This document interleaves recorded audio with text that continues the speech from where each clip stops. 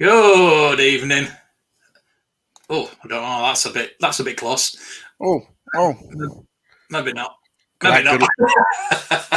He's good looking, ain't he? Oh, I like that. I like that custom figure. That is cool. Good, ain't he? Good. It is brilliant. Monkey lizards make great pilots, Blue. Great pilots. So good. Yes, so good. Right then, tonight I'm going to start. This is a new series. I'm going to start. I'm talking about YouTube with fellow YouTubers and just how they get started, what they think about YouTube and things like that, and just to help either new YouTubers or YouTubers with little subscribers, so can help them out. So I just thought we might be able to help them out, if you know what I mean. There you go, Richard. Richard's saying hello. Oh, hello, Mr. Richard. Brandon. I like Brandon. Oh, watch him.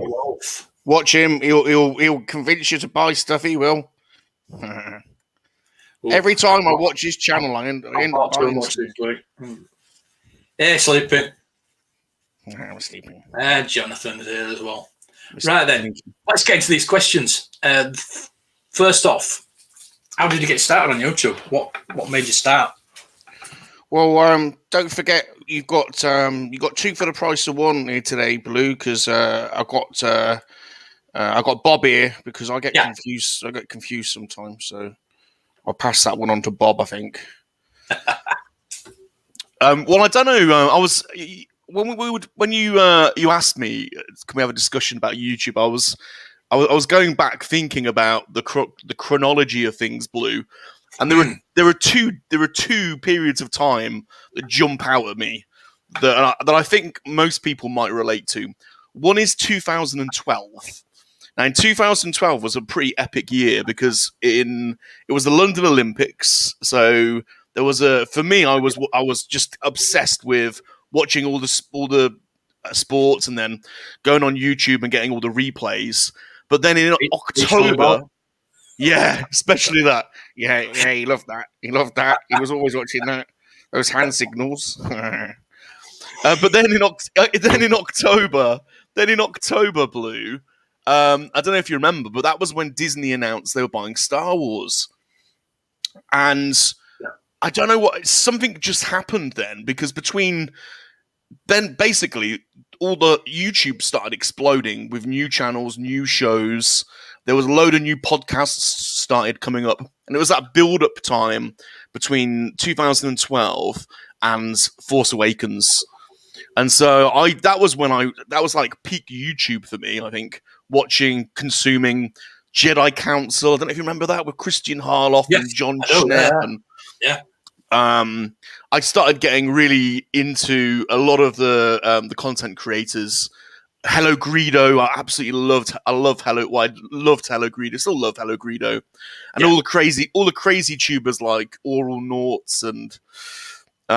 So there was that period. There was like the build up to the Force Awakens, and then the second period is this lockdown that we've just been through, and that was so the 2012 was like me really getting into and starting to watch a lot more YouTube, and then the lockdown, which was basically being inspired to then get on YouTube. You know, going from being a lurker, somebody who wrote the odd comment, to being convinced to actually do something. And that was down to you. That was you and the Pally Boys, really. I mean, there was other guys making content, but I think you guys were the ones that inspired quite a lot of people, I think, we're in this situation. Yeah. It's not good. You know, it's not good, but let's make the best of it, and let's do something creative with time. So yeah, the build up to the Force Awakens was epic, absolutely epic. And then we had Force Awakens, we had Rogue One, and it wasn't just there were Star Wars shows, but there was also, I think, video game shows started blowing up. You know, so I was watching a lot of video game shows, people like Tutti UK and On a Retro Tip and Angry Video Game Nerd and all those kind of people. Yeah. But then there's all the Star Wars people as well. So yeah, I think those are the two big periods.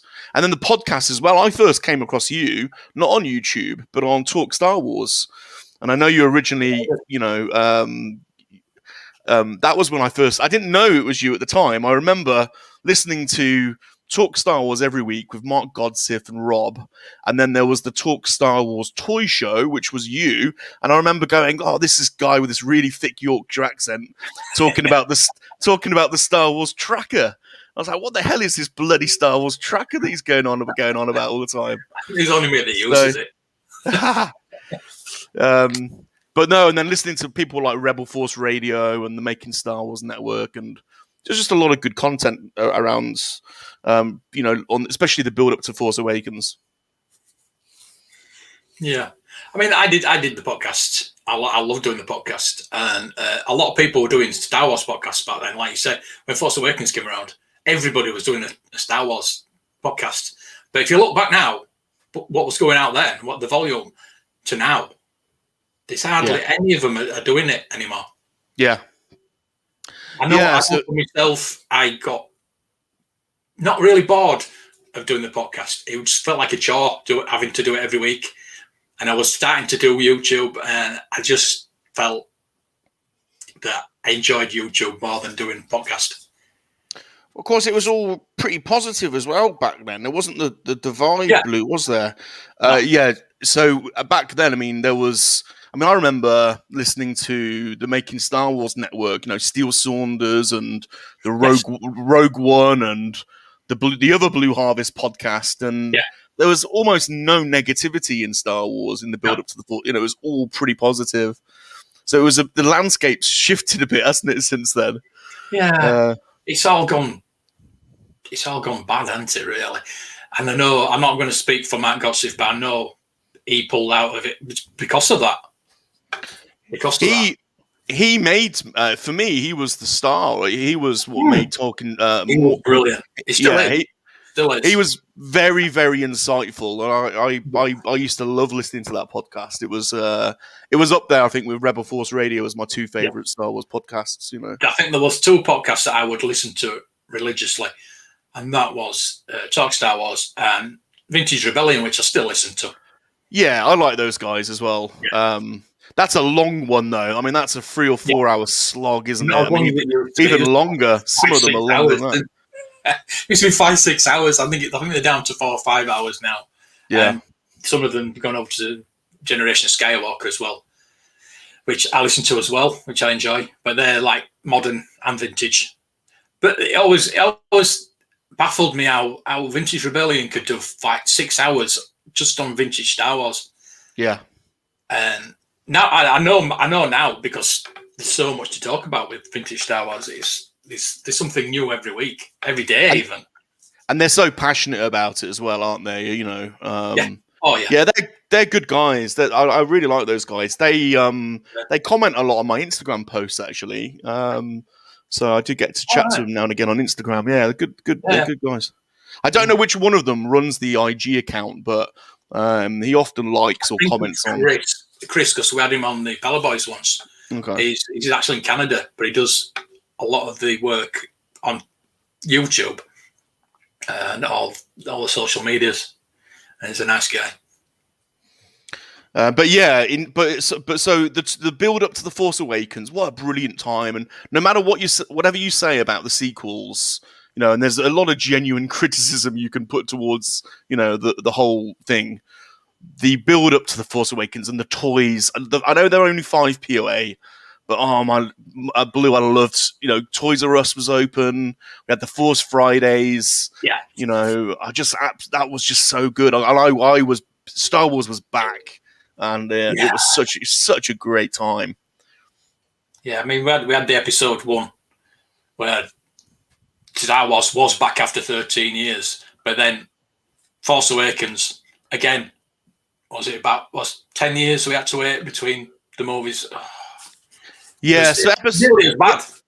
The episode 1 thing for me was a different time in my life when I was at university, and it was more, although I was hyped up for it, I had other things going on. So, But yeah, that the hype to the build up to the Force Awakens was amazing.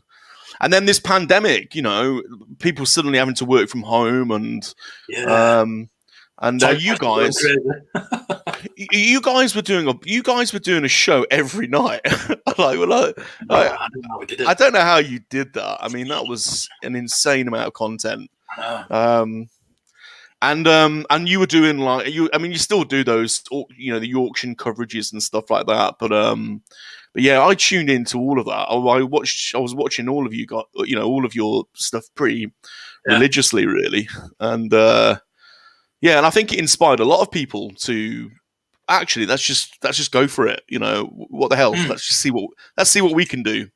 And I think a lot of people jumped on. And the reason I started doing the live streams is because back when we were doing the podcast, I was doing a live stream once a week on Facebook Live. I was doing once a week on a Sunday night. I wasn't getting many viewers, but I just felt like I wanted to do it again. Yeah. And then it just snowballed from there. Do you mind if I ask, why did you stop the Talk Star Wars podcast? What happened there? It was because I was splitting up with my wife, and I just didn't want to do it, basically. So I was in a bad place. About 2 years, it just took me out of everything for about 2 years. Yeah, and I'm just like sort of just getting back into it, basically. I know I've been doing this YouTube for 2 years now, nearly.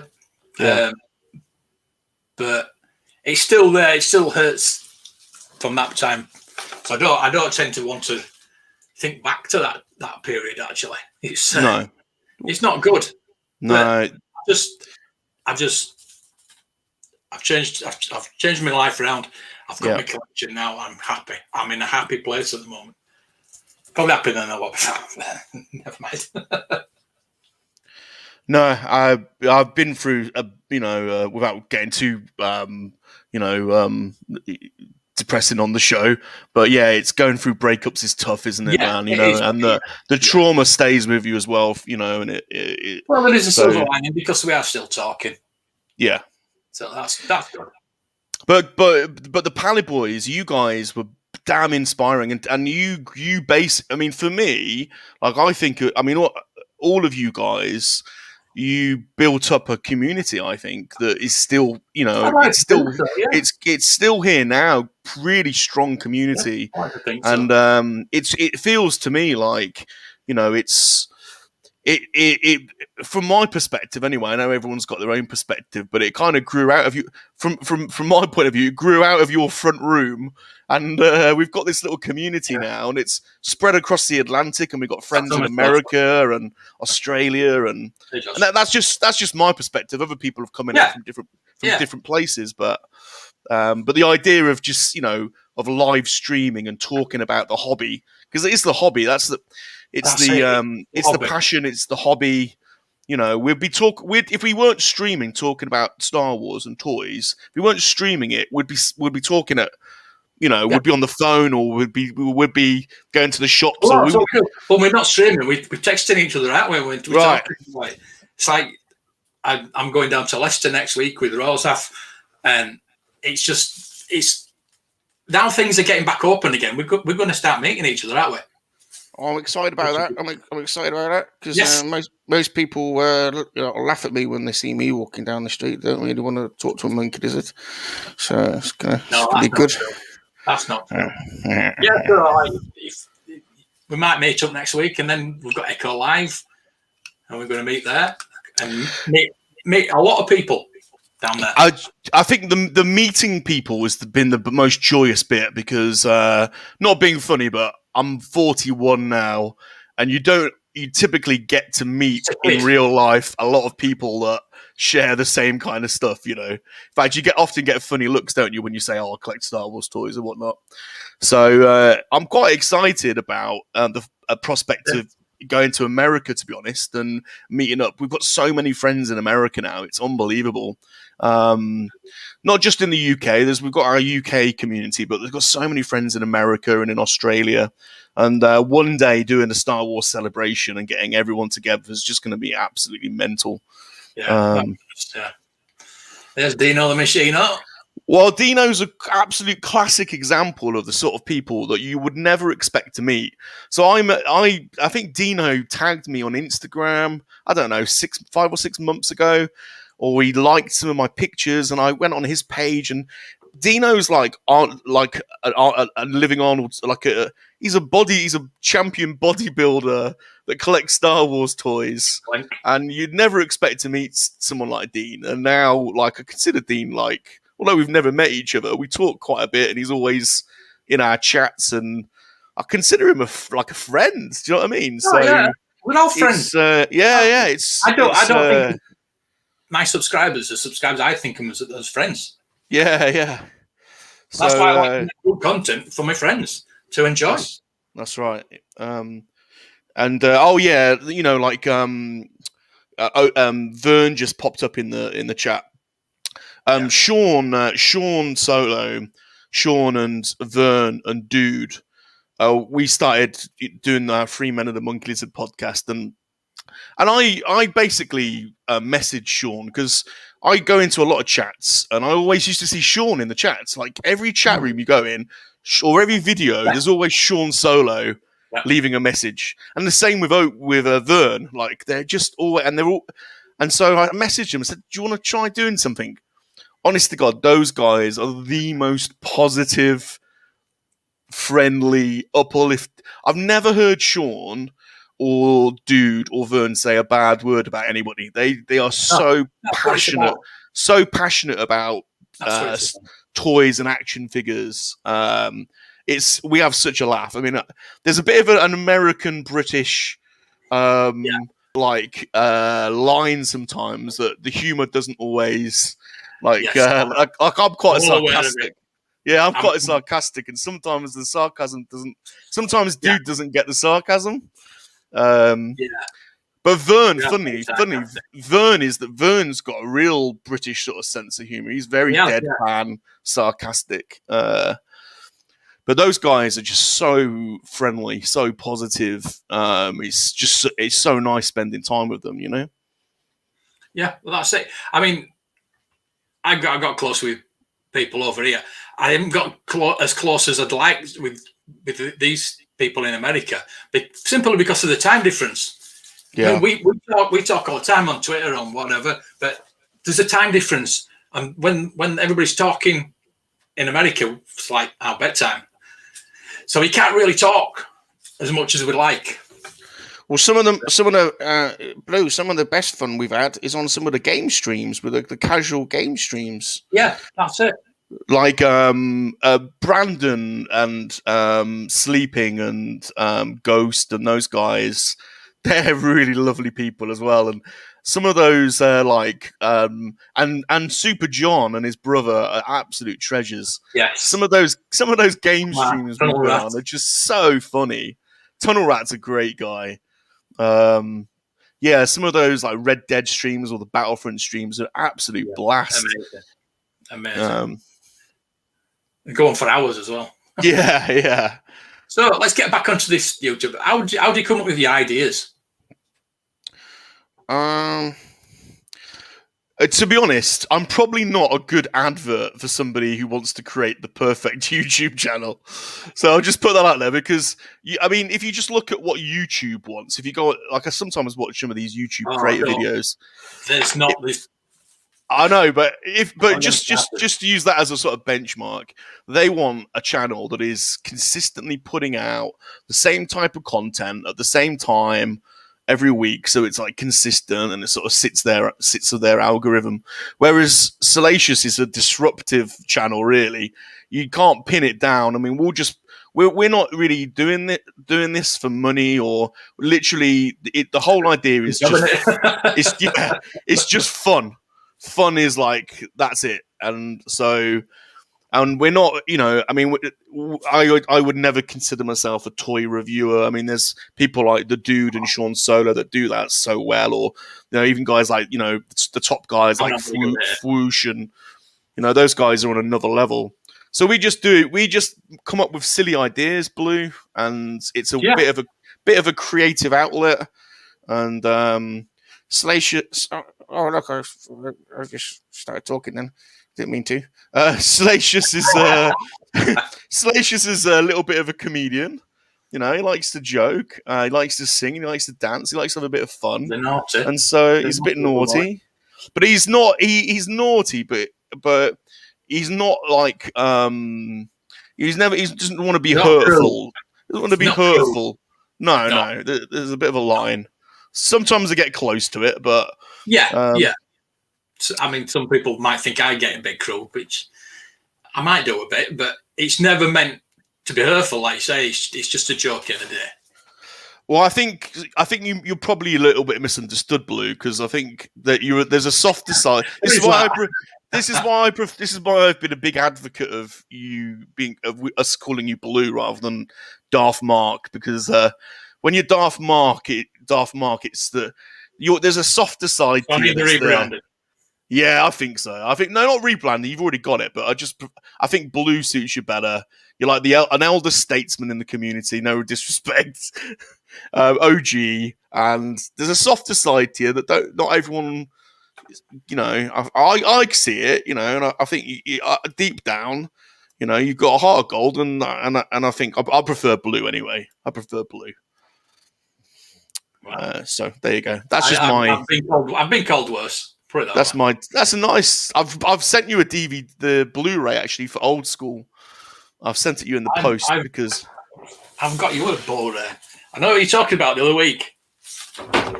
Nobody believed you. I'm going to send you this. Nobody believed you. What is it? What is it? I can't see it. Put my full screen on.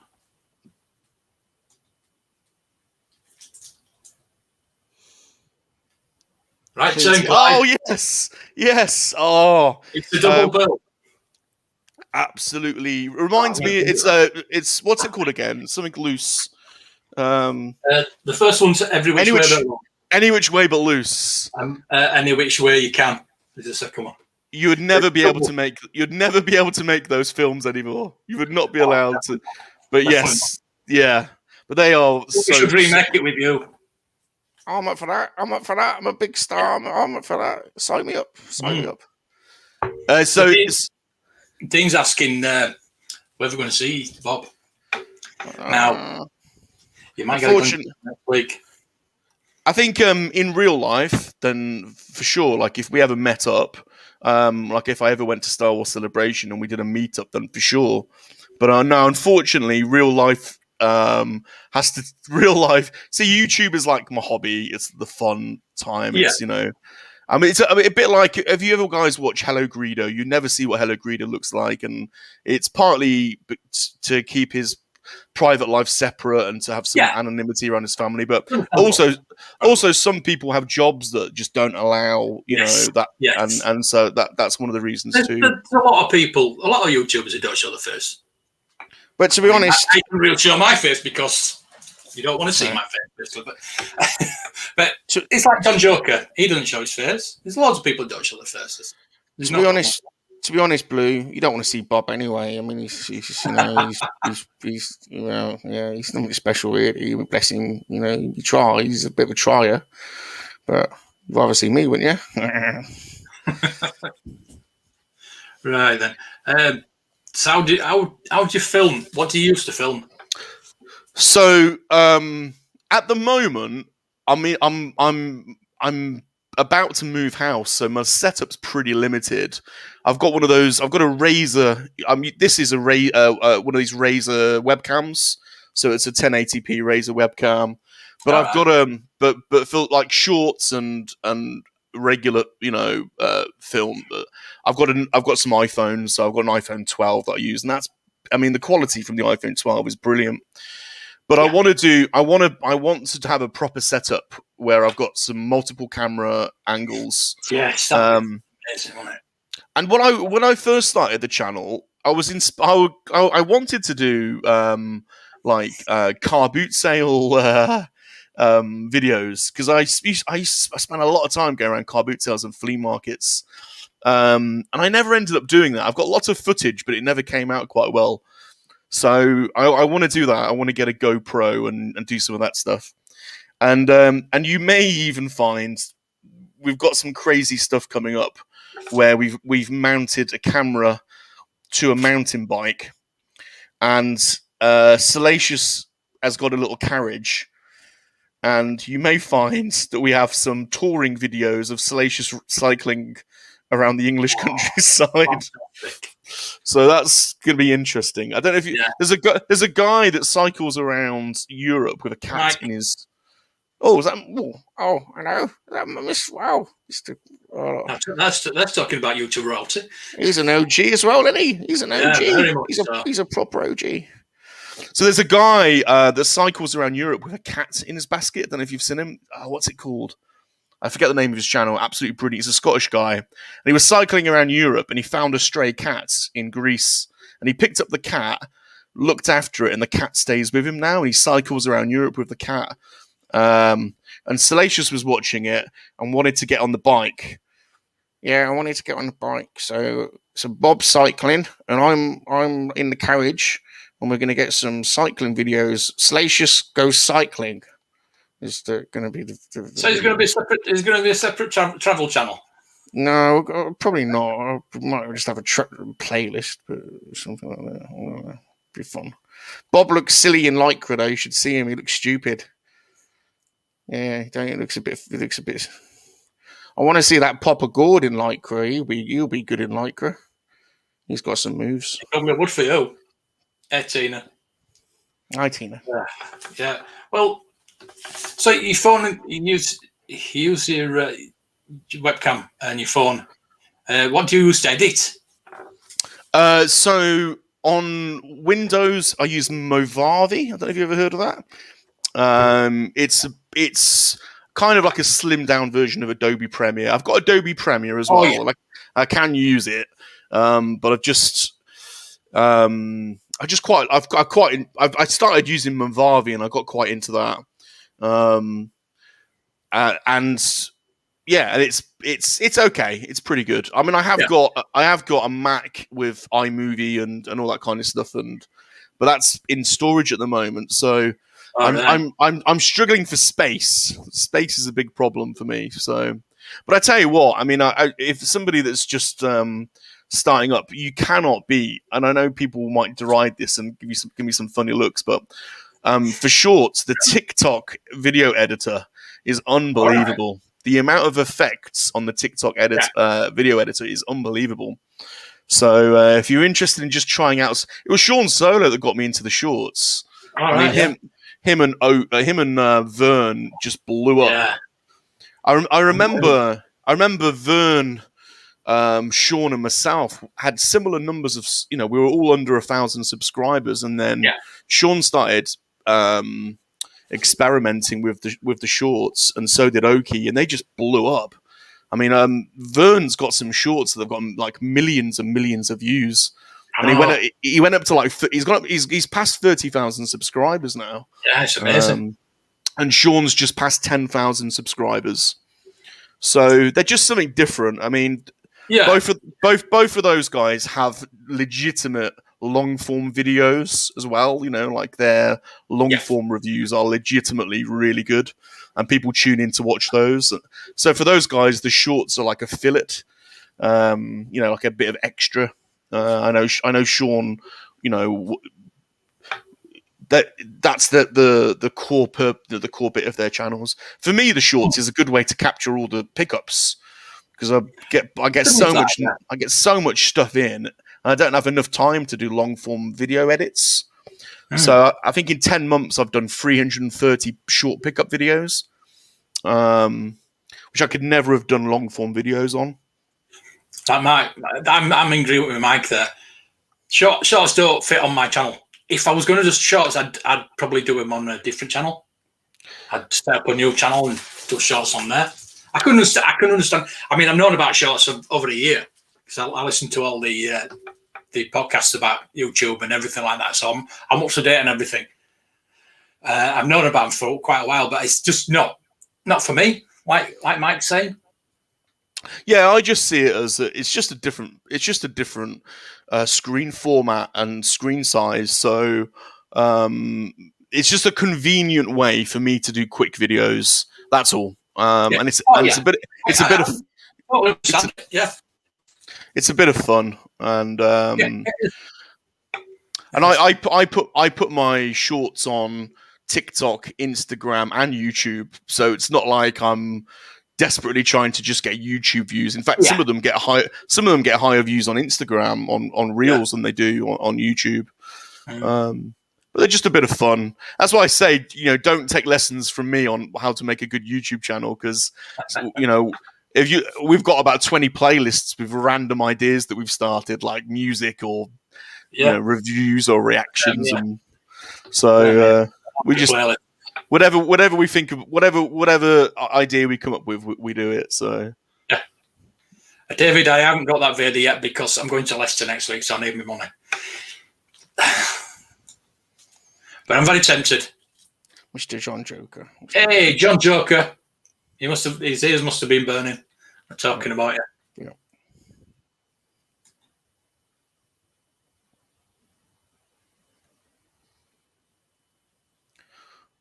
Mod's lacking on the responsibility. Yeah, I'll make you a mod if you want. No problem. Jordan's Clone Army. Hello there. He's a nice guy. I met him on IG fairly recently, and now he's joined our community. Absolutely brilliant. Oh, good. Like to see. Let you play with figures.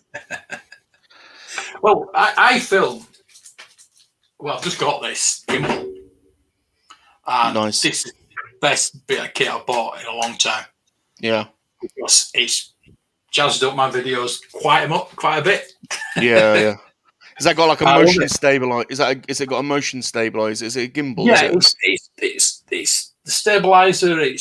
But it's got the programming inside. You download the app onto your phone.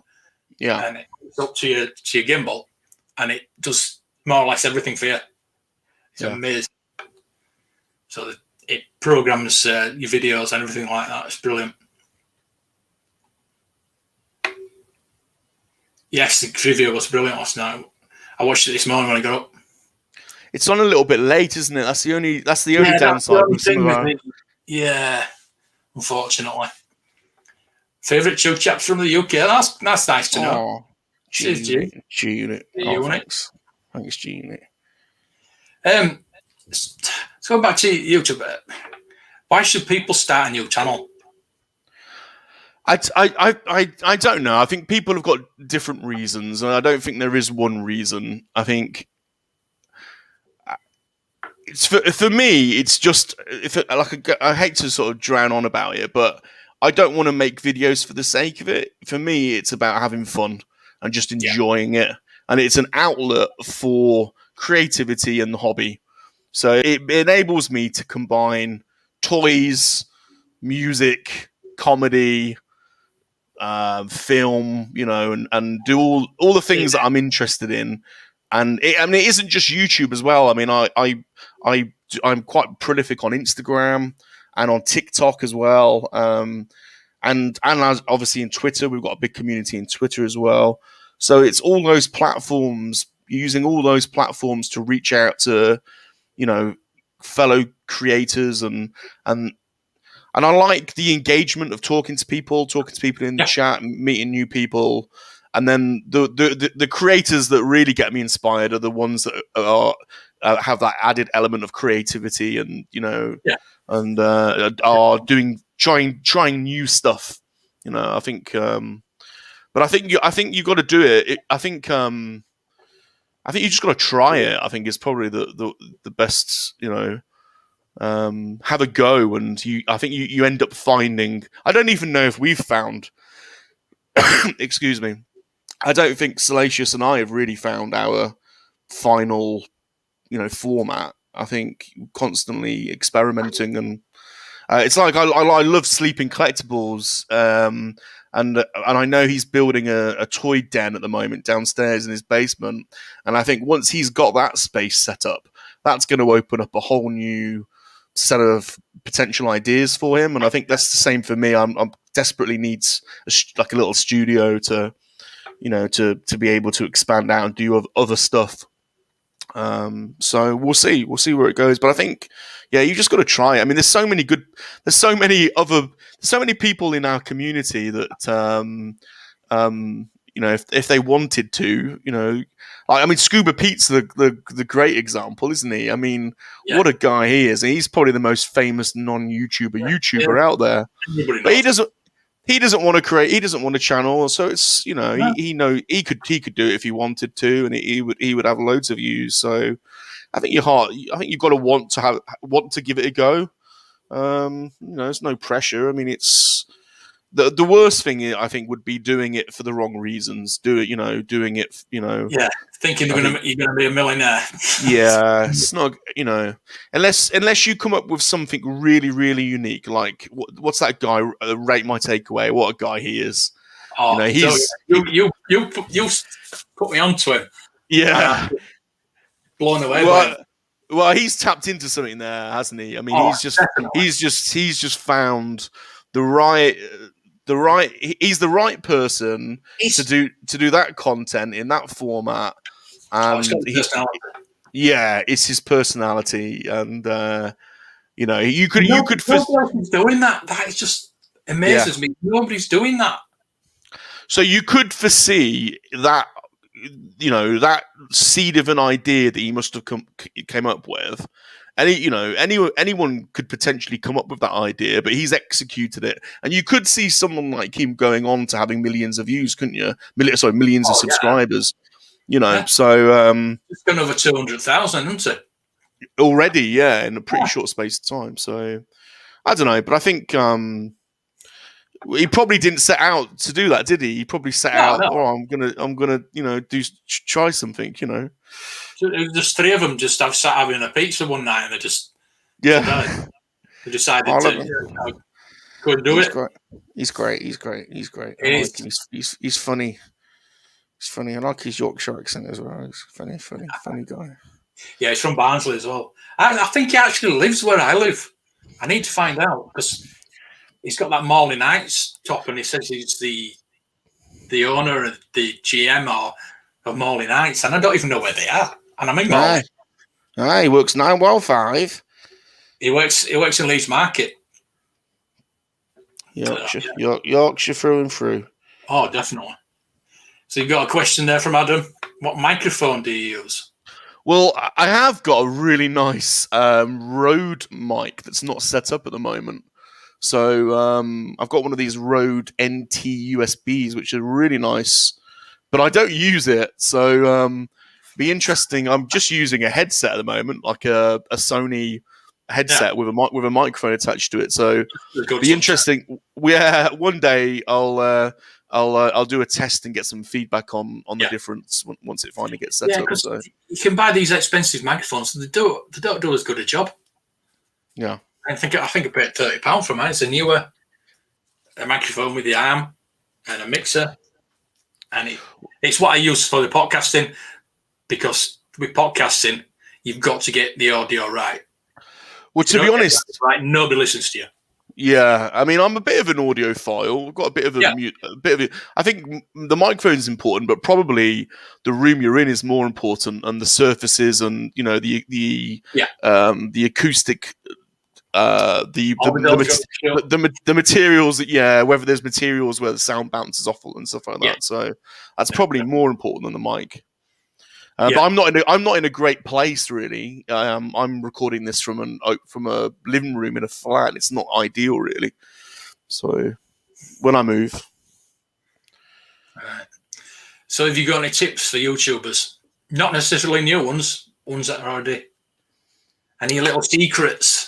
I haven't really, although I have to say I have realised recently the importance of the thumbnail, how important that is, because we were doing the Free Men and the Monkey Lizard podcast, and I made this thumbnail that had way too much information on it, and then somebody, it was Josh Whalen, who's a great guy, he's an absolutely lovely guy. He gifted us a commissioned thumbnail by an artist. I can't remember the artist's name, but he's quite a famous artist, and it's an absolutely beautiful piece of art, and it basically shows the four of us in a vintage as vintage Star Wars figures. Yeah. But it doesn't show up very well as a thumbnail. And so we just changed the thumbnail to something that's a lot simpler with big, colourful letters. And we've just noticed how many more secondary views we're getting now.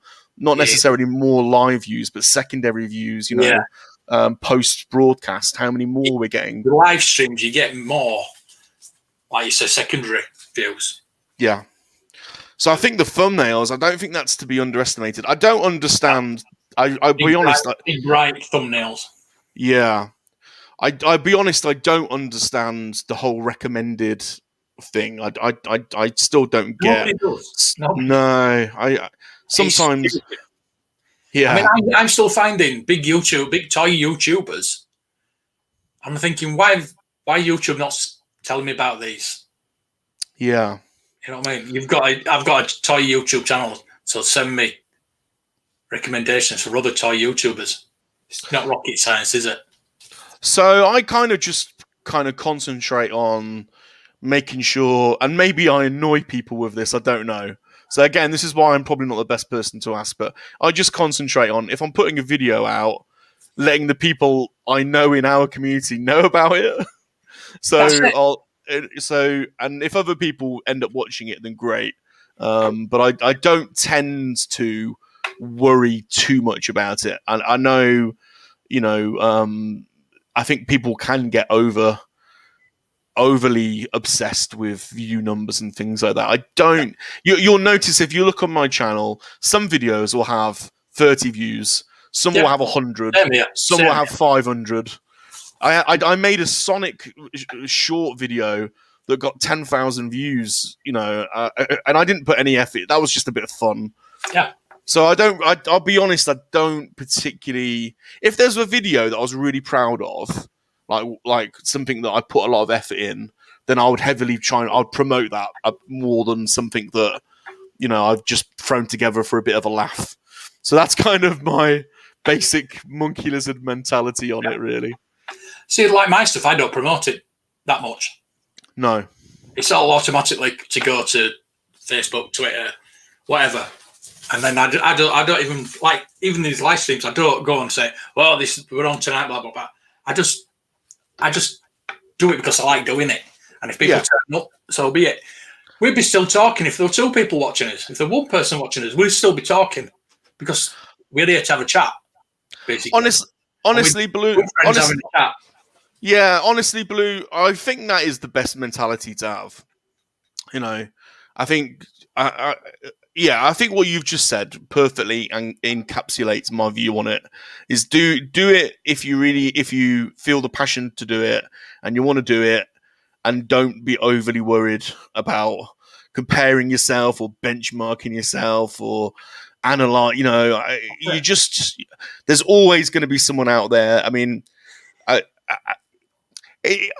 suppose it depends on what you're trying to do. The Dude is a good example. I love the Dude so much. His videos, the production values on his videos are on another level. Like the lighting, he audio dubs everything post filming, and he spends a lot of time planning the sequences, and so he genuinely cares about his views because he puts so much effort into it, and then he sees other videos getting higher views. So someone like the Dude is criminally underwatched. He should get way more views than he does. So I understand the Dude wanting to have more views on his videos. I'll be honest, I don't put as much effort into mine. It's like, unless it's something I'm really interested in, or I've got a really good idea, then it's a bit more. I'm a bit more laissez-faire. Yeah, you can say that again. You're very laissez-faire. Yeah, because even with this, like Gimbal, I'm putting more effort into my videos now. After actually watching Rate My Takeaway and what he does, has inspired me a bit. It's amazing. Yeah, so I think the trick is to be able to efficiently do all that. So do all that in the best quality in the least amount of time. Yeah. Who's that guy I used to watch all the time? The vlogger, Casey Neistat. You ever watch him? Yeah. So I was obsessed with Casey Neistat, and used to watch his day. He did a daily vlog for 2 or 3 years, and his video editing is absolutely on point. But it was just him. So he would film himself, and then he'd edit it at night, and he'd put a video out every day. And for him, it was all about efficiency. It's could he produce the most artistic, creative edit in the least amount of time, so that he could still have a life. So if you come up with that kind of formula where you can, you can do it, then all power to you. Yeah. You're right. You're totally right. I mean, friends and family out there in the community. Yeah, that's it. We're a community, and we just do things because we're all friends, and we just do things for us friends, basically. And going back to the algorithm, don't even think about the algorithm. Just make videos that you like, that you want to show people, and just have fun doing it. Yeah, I mean, I think Dave Toy Rush is another one that's probably criminally underwatched because the quality of his edits is absolutely fantastic. So there are some tubers out there in our community that should get a lot more views than they do. I don't understand. The thing with me, I put a video out every day, and I think I'm putting too much content out. That's what I think I'm doing. I've got that much content. I've got that much things in my head to do that I just keep putting content out. Yeah. So I've only been doing YouTube 10 months, and granted, a lot of my stuff is shorts, but I've in terms of content, I think I'm over 600 uploads in 10 months, which is pretty crazy, really. But then half of them are like 30-second. Like silly videos, so. So you put up a video not so long back about positivity in the community and on YouTube. So what do you feel about the negativity? What do you think about the fandom menace and all these people that are so negative against each other? And the only way they get views is if they slate somebody or slate a film or. What do you feel about that? Well, honestly, so outside of YouTube and real life is already for me challenging and hard, and so my regular job, I deal with a lot of hard stuff and a lot of challenges and a lot of problems, and so. When I come to YouTube, outside of work, my own time, so outside of my work hours, I don't want to have a negative experience because I have enough negativity in my real life. Yeah. So I want it to be positive and buoyant, and I want to have finished watching or talking to somebody and go away feeling positive. Exactly. And so. It's very easy to get sucked into being critical. Being critical is very, very easy. We're all natural critics, and being critical is being a critical thinker is an absolute it's a really fundamental skill. But I think there's being critical, and then there's being nasty. Yeah. And the dude and I can have a debate about Marvel without either of us going away feeling bad about it. Right. And I think I have seen a number of YouTubers that have gone down the road of let's just put a clickbait title up, and you will get loads of views for that. Now, I'm not judging that. If people will do whatever they want to do, and I don't want to interfere in what other people do. Let people do and find their own path. But it's not for me. You know, it's not for me, and that doesn't mean I would never do a reaction video that's being critical of a film I've watched. I think there's a way to do it that maintains some dignity and respect. You know, so. But there's a certain YouTuber out there that I usually I have watched for a while, and he's a part of Fandom Menace, and he's probably one of the only Fandom Menace channels that I do watch, because he's quite funny. But recently he's been slating kind of projects and films that hadn't even come out yet. Yeah. And I've just unsubscribed to him. He's just... Yeah. I mean, I can go down the route of doing rant videos. I get my videos that rant, where I do rants against Hasbro, Space, Asda, whatever. I get so many views doing those. But I don't want to do that all the time. Yeah, and there's nothing. It's not personal. There are some guys and gals that make those videos that I really like as people. You know, no, we don't have to get into the business of naming YouTube channels. There are some YouTube channels where I really like the people. It's just I'm choosing not to watch, you know, as much as that content anymore, because it puts me on a downer, and whether that's naive or whatever, I don't really care. I want to keep some positivity in my life. I don't want to get sucked into it, to be honest. And what G4's saying there, there's a difference between critical and judgmental. Yeah. You go down the road and say, oh, you like that film, I can't be your friend anymore. Or you like that channel, I'm not going to watch you anymore. Yeah. It's ridiculous the way the world is at the moment. Especially the whole identity politics and cancel culture. It's so tricky because, but I try to just keep an open mind about people. I've made so many mistakes in my life, Baloo, that if somebody makes a mistake, somebody says something, or they're selfish for a moment, or they don't think about other, they do something, I'm not going to condemn that person. Or we've all had traumas, we've all been through stuff, we all make mistakes, and I try to give people like second chances, and so I'm not going to come down hard on any of those people that make those videos. It's up to them, and they'll find their own path. But I tried. Yeah, some of them are good people. I quite like. Well, we won't get into the business of naming them, but there's some good people. There are some good people out there making content that it's not for me. For me, if I don't like something, I won't watch it. I won't talk about it. Simple as that. Yeah. Simple as that.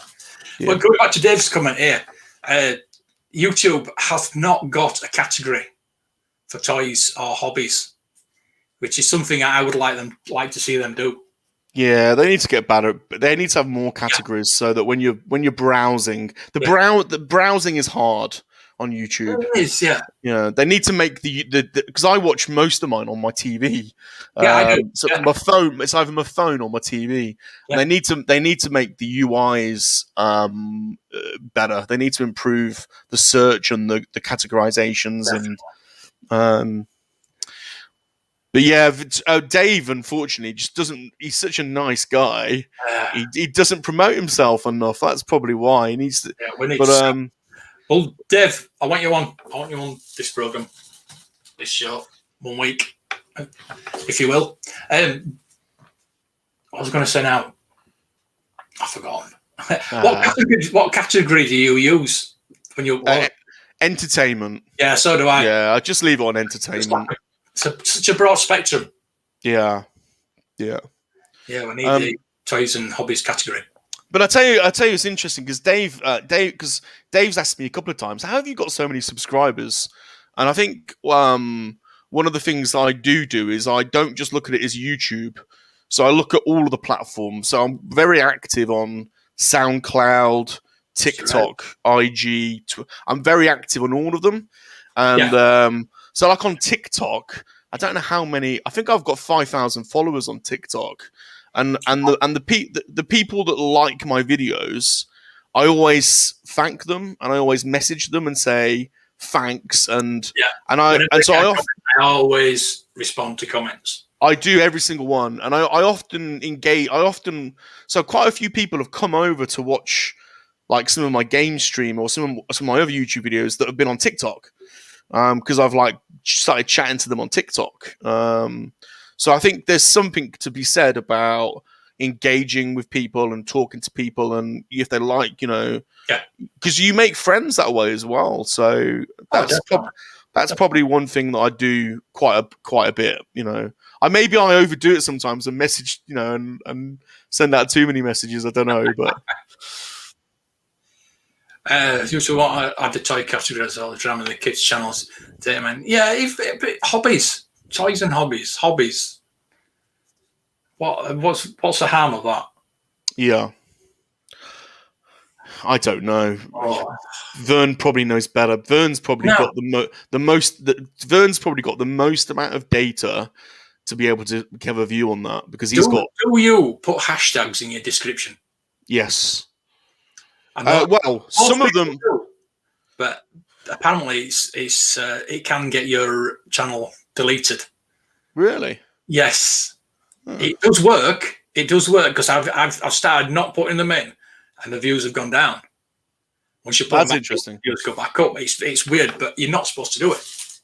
So I used to always add United Kingdom for location. Yeah. And then I noticed people don't do that, and they rarely do that, and they put 3 hashtags as the first line in their description, which basically puts those 3 hashtags in the location field.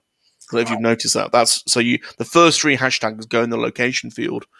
So I started doing that, but I don't have enough data to be able to say whether what's more effective or not, to be honest.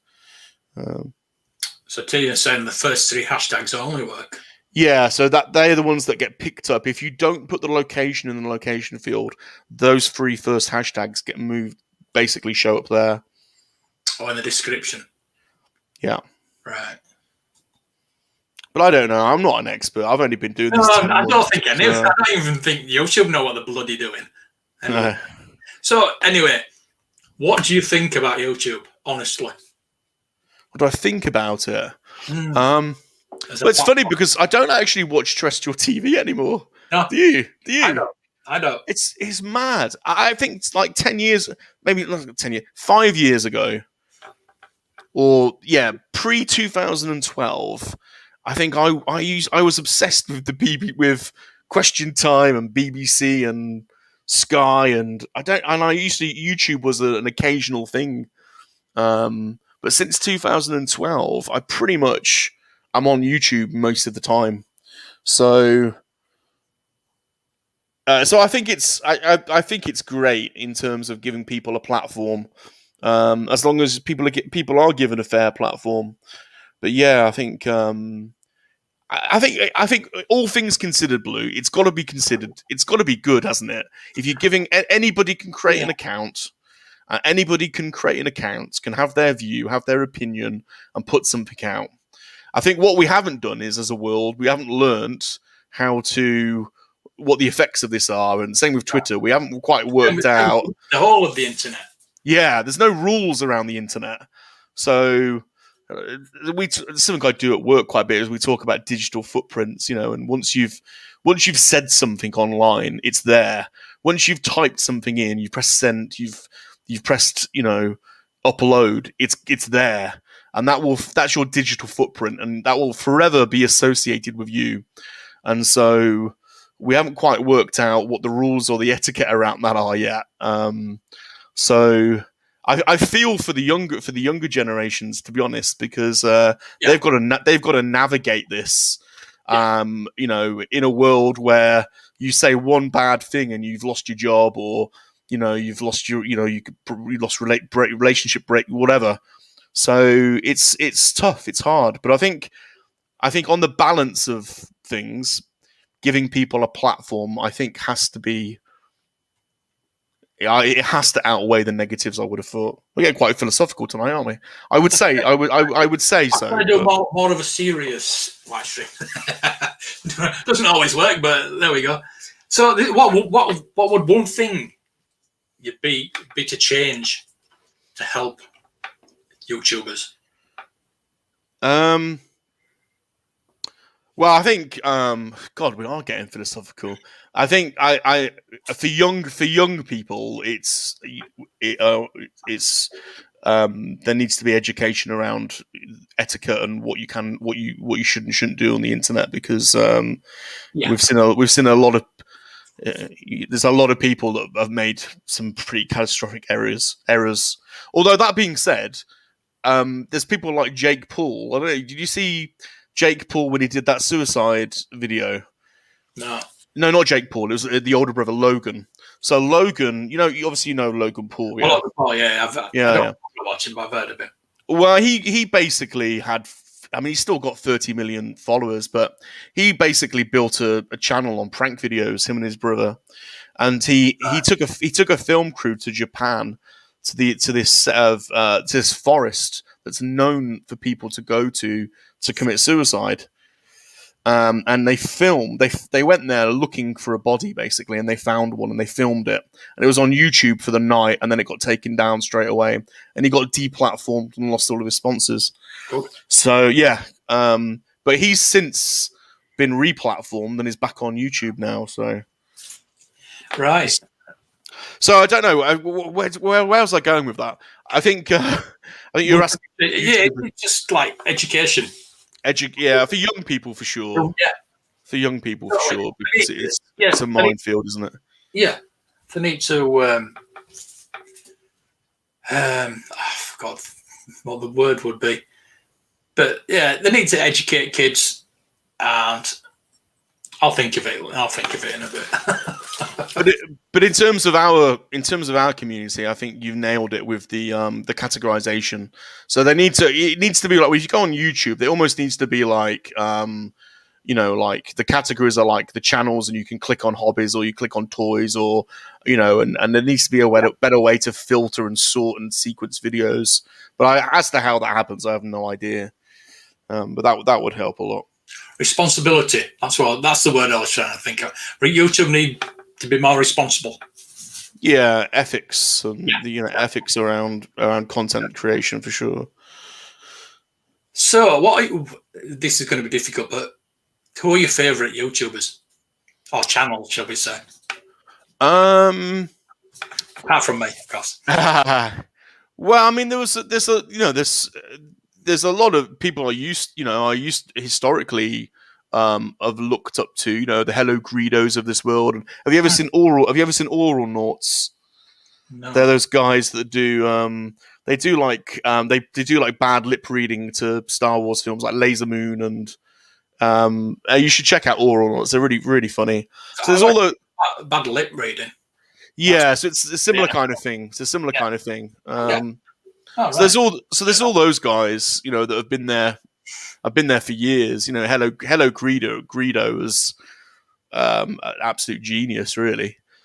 And then I suppose I look up to people in our community, really. I think the people in our community that are putting content out. I should have put a caveat in that I don't include anybody in this community because they're all watching. But outside of this community, because we love everybody that's in the community and we watch all their videos. So outside of the community, really, isn't it? Outside of the community, yeah. I mean, there's a lot of video game content creators I watch. Cinemassacre, obviously, Angry Video Game Nerd, all those guys. CJR I quite like, and there's actually a really buoyant UK video game community that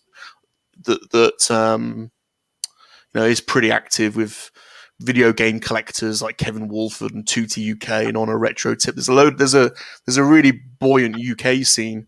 Yeah. I like the car boots sort of scene as well. Yeah. I mean, Aaron and Pizarro's Pieces and all those guys. I quite I like watching their videos. I like those videos are fun to watch because you get to see them hunting for stuff and digging around and mooching around. Yeah. That's good. Yeah. So I tend to watch. To be honest, I tend to watch more of that kind of stuff than toy reviews. Because I've got Sean and I watched Sean and Dude and Vern's figure reviews, and you don't need to see anyone else really.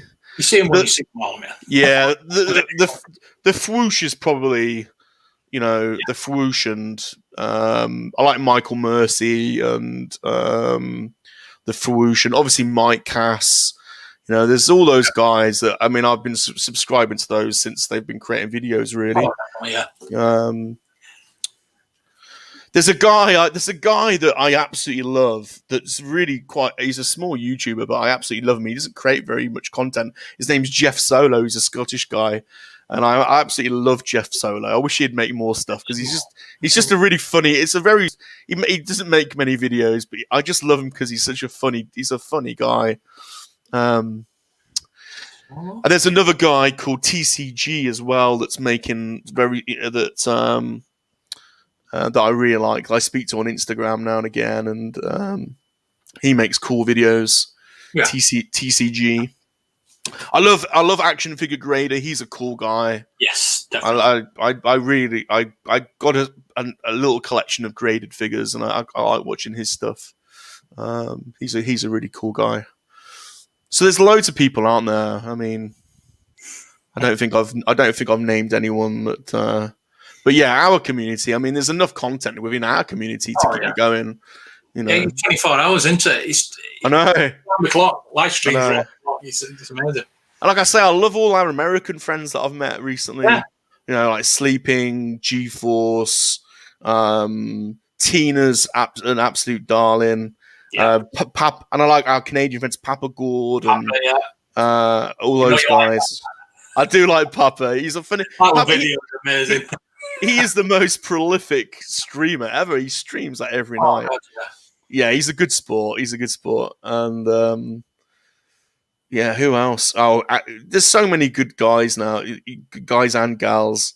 I want to see Vader's girl make a channel. I want to see Kat make a channel. Yeah, that would be nice. She's such a nice person. She's so supportive, isn't she? And, little Raph. It's funny because I kind of feel like we know, none of us have met in real life, but I kind of feel like I know Kat fairly well, which is a bit weird. Rozaf, there's some great guys and gals in the community. Yeah. This Sleeping Collectibles, have you heard of him? What a guy he is. In terms of like just being fresh. Yeah, I said that when I first started watching him. I said, you just a breath of fresh air. He's fresh. Yeah, he's just Sleeping's like I don't know. He's like your mate, isn't he? Like in your, he's like the I don't know. You just want to hang out with him, don't you? And that's basically what fireside chats are. It's like I want to just hang out with Sleeping for 3 hours. We'll just shoot, shoot the breeze. And the fact that and his whole selling point out of that, his USP is it's a chat next to the fire. Like it's at night, I've got a fire on. We're gonna have a chat. I just love it. It's simple but very, very engaging. I think very effective. Yeah, very effective. Oh, there we go. Sleeping is a very good person as well. Yeah, he is. Brilliant person. Tina likes the accents. Yeah, what she can understand. Yeah. I think you must be getting better at accents. That he's got a smart mouth on him. Say again. He's got a smart mouth on him. Sleeping's. He's got a smart mouth. Yeah. So one final question for you, and then I'll let you go. Go on then. Your future plans? What are you going to do? So yeah, moving house is quite a big thing because it means I'm going to be able to have an actual collection room stroke studio, a bit like Sleeping. So Sleeping's building one at the moment. Yes, yeah. I like watching those update videos of his, and for me that's going to be quite a transformational thing, because I've got 3 storage lockers full of what I've been collecting over God knows how many years, and I'm at the point where I don't even know, Blue, what I've got, and being able to so there'll be a whole series of videos of setting up the collection room, but then also creating like a little studio within it. There's a lot. Yeah, I've got a lot of video games as well. I don't do much video game content, but I've got about 3,000 video games, and I went through a period where I wanted to collect every video game console, and I wanted a TV from the era to go with it. Yeah. So I've got a lockup full of TVs from through the ages, and I need a decent space to set them up. But it sounds extravagant, but it's honestly not, because if you think most of these are tube TVs, you can, like, some of them I got for free, but but obviously if you go back now, if you go and get a TV like a 15-year-old TV, you can get the best one from that time. So I've got half a dozen Bang & Olufsen TVs that are like handmade in Denmark, and they're like they got motors and they turn, and so I'm looking forward to setting all those up and making some content around that. But really, it's about Salacious and the Monkey Lizard Army, to be honest. So I think Salacious wants to do more comedy videos. He wants to do like a joke series, or we'll see. I think the Salacious traveling is going to be fun. I think seeing Salacious cycling around town will be quite a bit of fun. So I don't know. There's so many ideas. I keep coming up with ideas, and I've got too many ideas really for any one of them to, come to something. Yeah. So we'll see. I think I'm quite excited about the prospect of doing some new stuff. Being a bit more creative and trying out a few different things. So you must be like me. You must have ideas in your head, and not sleeping at night sometimes when you're thinking, "Oh, I could be doing this, could be doing that." Yeah, I'm really into custom action figures as well, Blue. So there's a whole like custom action figure scene with absolute ton of creators. There's a whole separate community there, and I'm not very technically I'm not very good of like making art and things like that, but I think I'd quite like to have a go at doing some of my own custom figures. I think Vern's head swapping's getting me a bit intrigued. Yes, Vern, I will help him. Yes. We might be bumping into each other next week, so yeah, I will take my my brush with me. I don't know if this has been interesting or not, or whether we've had anyone's because I don't know. Bob doesn't normally talk this much, and it's all been pretty serious. So I don't know whether people really want to hear Bob or not. Like Salacious is. I don't want it to just be too serious. I want it to be light-hearted, but I want to help other YouTubers. And if YouTubers have got questions, ask away. And that's why I want to get other YouTubers on. To get like little snippets and little secrets. Well, I hope Bob hasn't been too boring, Blue. He's been a bit serious, hasn't he? Oh, no. He can waffle on a bit as well. I tell you, he can talk for England, that boy. Can't we all? Right then, let's bring your channel up. There we go. And most of you, everybody in the chat's going to be subscribed to you anyway, aren't they? But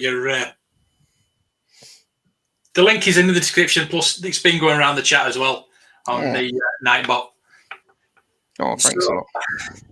I'm not going to copy and paste it because everybody must be subscribed to you. It's everybody 1.82. Yeah, 1.8. I can remember when you used to be behind me. Well, monkey lizards like to promote themselves, get themselves out there a bit. It's the monkey lizard army, rise of the monkey lizards, and all that. Yeah, the monkey lizard army grows. Yeah, we're going to remake. Oh, can't wait to see that. Can't wait to see that again. I'll be Clint Eastwood.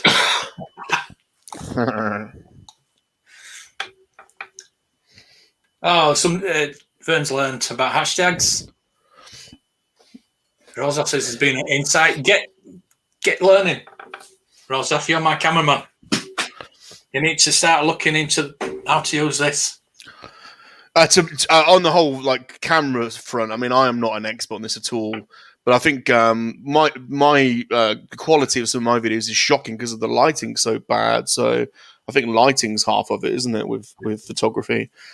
Talking about I got these. I got 2 of these from Amazon for £30. Yeah, they're really good. They're really bright. Really bright. Yeah, I need some help. I think when I eventually do move in getting a lighting set up properly. Yeah, it's a diffused light, isn't it? I think more than anything. You need an even spread of light, I think, rather than creating shades and. Oh, cheers, Clink. Clinkety clink, I like clink. The learning channel. Oh no! Oh no! Sounds like the boring channel. The nice fireside chat. Yeah, well, there's a fire there. I'm glad it's not on because it'd melt on my choice. I got me Wonder today as well. So. Oh. The Hot Toys thing's a rabbit hole, isn't it? Yes. That's such a rabbit hole. And it's getting bigger and bigger. So actually, I was going to get the Vader last night. I was so close to getting that Vader. But I'm glad I didn't because we're going down to Leicester next week. I'm going to get my last vintage figure that I need. That's the only thing, Blue, about our community that sometimes makes me a bit, because it's so consumer based, isn't it? Like we're buying toys. So we spoke about this the other day, and I think I do think that we have an obligation to do some kind of charity event, Yes, because we talk so much about buying and collecting toys. I think, so I think it was Making Star Wars Network used to do, or maybe they still do it. I don't know, but they used to do around Christmas time the Star Wars toy run. I think Talk Star Wars might have been involved in that as well. But I think there's a big enough community of us now that I think we should all get together. I know Holo Chronicles and stuff have done something like that in the past, but it's something I very much like to get into. And I think Vern, we were talking about it the other day. I think I kind of feel like we should do more on that front. We can sort it out and probably do it near Christmas. Yeah, but I don't know. Maybe do it. Yeah. I like Arcade 1-Up. Maybe there's a Tron Arcade 1-Up coming out, and there's only 2 arcade machines I ever want. It's a Star Wars arcade and a Tron arcade. Yeah, I'd like an arcade machine. I've got an Xbox 360 kiosk. Like the ones they would put in the stores for you to go and trial out. So there's a TV and an Xbox and controllers built in. But yeah, when you and I both ordered that Star Wars one on the same day, it was on live on your stream. The Star Wars 1-Up. So that was a bit gutting, wasn't it? When Smiths was it Smiths? Was it Smiths? Zavvi? Was it Smiths or Zavvi that cancelled? They had it on the live stream, and I went and actually bought it. The live stream. We both ordered it at the same time, didn't we? Yeah, and we got the £25 vouchers. Yeah. Thanks. Sleeping was. I think we should. And I kind of feel strongly. That it should be a kids' charity as well, and because it's because we love toys, don't we? And we want to encourage kids to have fun and be creative with toys, and And we've all got so many toys. I mean, I know the Making Star Wars Network did this. I think it was Making Star Wars. They did it where you could either donate your toys or they set up an Amazon link where you could, they set up an Amazon link where you could donate, and it would automatically buy some toys and then they would basically took them to kids' hospitals and then some people dressed up in cosplay and went down there and. So we should do something like that. Toy shop and the kids would go past and they want to come in and the parents would drag them away. Yeah, I'm thinking. I remember going into toy shops as a kid, and that kid's going to grow up remembering being dragged past a toy shop. Yeah, I just think it's me there. That. Yeah, no, for sure. Because I mean, a whole part of our hobby really is the nostalgia and the reminiscing of when we opened those toys when we were kids. I strongly remember, at Christmas opening my Star Wars figures, and most of your memories are either opening your presents, getting toys, or going into toy shops. Yeah, absolutely. Oh dear. Sleeping's got an idea. Oh, good, because his ideas are normally good, so good. It's just sorted it mentally. I wish I had. Yeah. I mean, it's also been a thing of mine to have like a 24-hour stream. Yes. But the logistics of that is going to be. I'm sure we can do it. I'm sure we can pull it off. I think it's within us to do something. I kind of feel like I feel obligated given the amount of money we all spend on toys. It's ridiculous, really. So we should put something. We should put something. The usual Mike, Darth Rock, Jesse, they can do something. Yeah, like come on in the morning. I don't know. We can rotate. We'll the logistics are going to be a nightmare, but we'll sort it. Yeah. Yes. That's it. Give toys to children to get them to play. That has always been my ambition, is to get kids to play again. Play video games are well and good.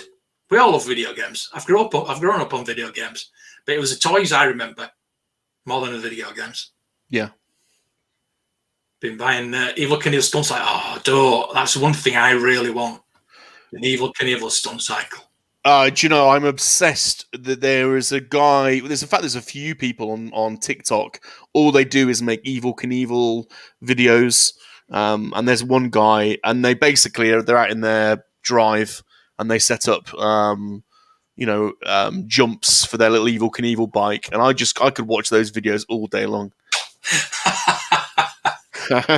Sleep his idea. Send all your toys to him. Send your toys to sleeping. Yeah, the remaking. Yeah, I've seen the remakes of the Evil Knievel. They're crap. I don't want a remake. I want an original. Please.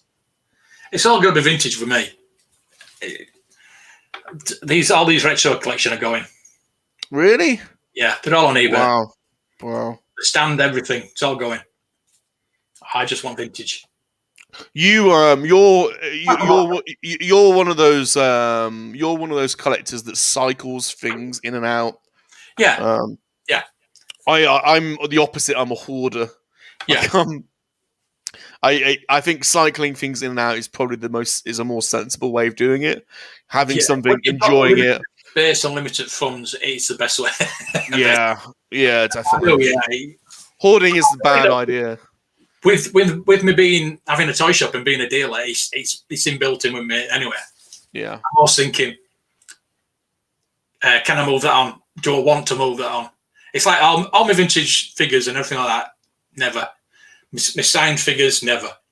My hot toys now, never. So unless I see a better one. So Nathan here is saying he got his imagination playing with toys as a kid. Now that's something kids don't have these days, and that could be a whole new live stream. But we're going to get out of here because I know Brandon's starting soon. Did we have many people in tonight? Or was it? Yeah, we've had like 30, 35. Oh, that's not too bad. Yeah. Sorry if it was over boring or I don't think it will. I've enjoyed it. I've enjoyed chatting to you anyway. So thanks for inviting me. I always enjoy chatting to you, Blue. And thank you. No, I think like I said to you before, without being too corny, you I think inspired me to start making YouTube videos, and we had our ups and downs, haven't we? I'm the sort of person, if I'm unhappy, I'll just say something to you. So I would.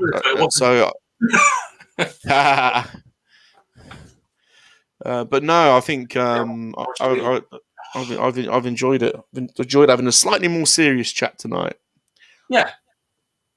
I don't want it to be too serious, but I just want, like I say, I just want to help other YouTubers. If any of the YouTubers, I'll be doing this every week with different people talking about YouTube. And if you've got any questions, let me know. I can't wait for you to get Mark Godsiff on because he's hard to nail down. One of my first videos was I emailed Mark because I used to present voice. We're going to work out who you are. I used to send voicemails into Talk Star Wars. Yeah, and saying I'm Salacious Rum. I used to get him to answer them. So, but I think he's a great guy. I used to just love listening to him. I can listen to him talk for hours. You used to watch him on a Thursday night when he used to do his pre-podcast live stream. No, I only ever used to listen to the Talk Star Wars show on Apple Podcasts. I used to be at work and listen to him in my earpiece and got into so much trouble. Really? Yeah.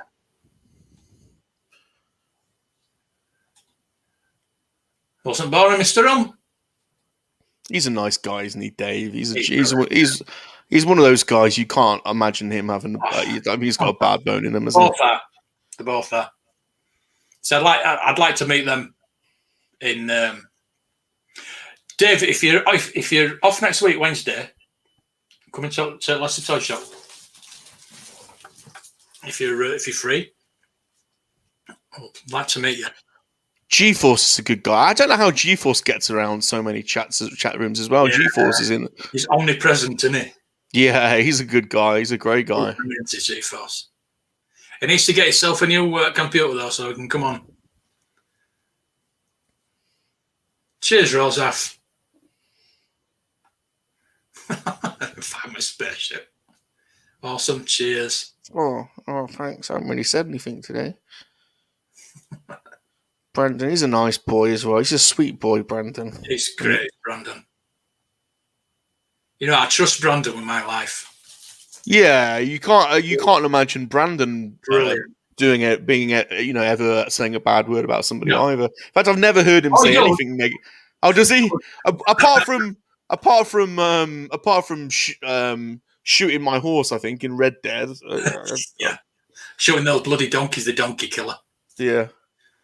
Yeah, we know. Yeah, same to you, David.